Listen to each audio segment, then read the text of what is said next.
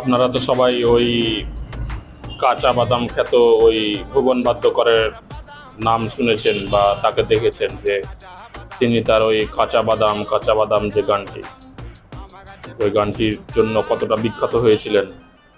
এবং এই গানটি এমন কোনো সেলিব্রিটি নাই, এমন কোনো ড্যান্সার নাই যে এই গানের উপরে তারা টিকটক ভিডিও, রিলস ভিডিও কিংবা পারফর্ম করেনি।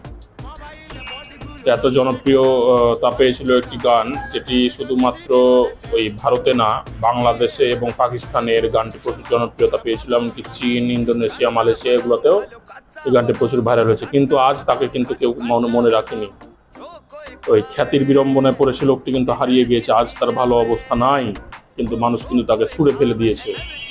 তাই অহংকার করবেন না, নিজেকে সুপ্ত করে রাখুন এবং নিজের ট্যালেন্টের উপরে কাজ করুন।